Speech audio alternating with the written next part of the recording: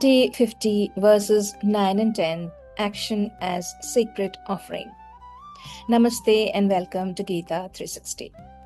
So far, the Gita has shown us that action is unavoidable and that true discipline lies not in withdrawing from life, but in learning how to act with inner freedom. In these verses, the Gita shows us that action, when done in the right spirit, can become sacred. Work must be done as a yajna to the divine. Otherwise, work causes bondage in this material world. Therefore, O son of Kunti, for the satisfaction of the divine, perform your prescribed duties without being attached to the results. Most of us act from a very personal thought: my ambition, my success, my comfort, my reward, my recognition. Our life revolves around what we can gain, protect, accumulate, or hold on to. But the Gita asks us to look beyond this narrow circle of self-interest. It invites us to act with a larger spirit. When action revolves only around the self, life slowly becomes narrow. Our thoughts circle around our own needs, our own progress, our own comfort, our own ambitions. We begin to ask, how does this help me? What do I gain from this? What do I get back?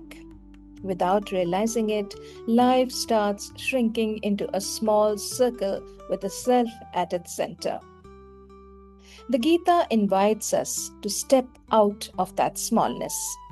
It asks us to act with a wider heart, where work becomes contribution, duty becomes service, and action becomes part of something larger than our personal story. In that widening, the mind discovers a very different kind of freedom. Action stops being only about what we get and begins becoming about what we give. That is the beginning of sacred action. In the beginning of creation, the Lord of all creatures created humankind along with the concept of yajna, or sacrifice or duty, and said, "By this yajna, may you prosper.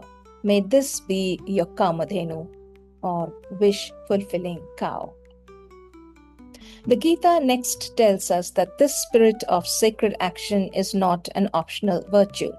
It is woven into the very design of life.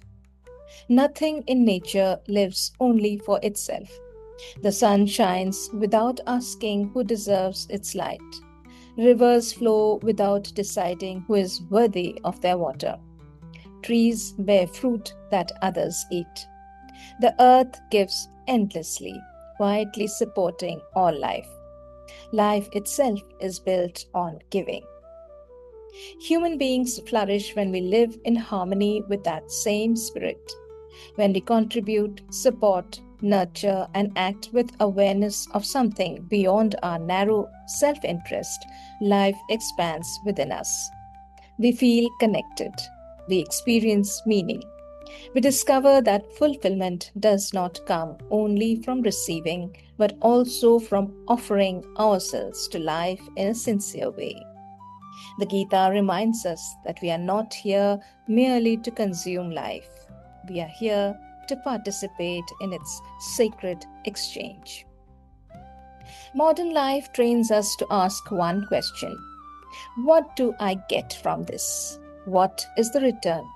What is the benefit? What is in it for me? Slowly, this thinking enters everything: work, relationships, friendships, even acts of kindness.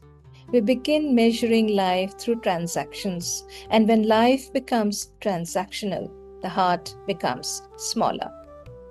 Yet, some of the deepest fulfillment we experience comes from moments that ask for nothing in return. Helping someone through a difficult day, caring for family, building something meaningful, giving time to a cause, standing by someone in silence, doing what is right simply because it is right. Those moments nourish something deeper within us. Perhaps that is why a life centered only around personal gain often feels strangely empty, no matter how much is achieved. The soul longs for meaning, and meaning is often found in what we give, not only in what we receive. The Gita invites us to make our daily actions an offering. Then life itself begins to feel sacred. Thought of the day. In the hustle of life today, reflect for a moment. Am I only asking what life can give me? Or am I also asking what I can give to life? Thank you for joining me on Gita 360. May your actions today carry the spirit of offering, and may that spirit bring greater meaning, lightness, and quiet fulfillment into your life.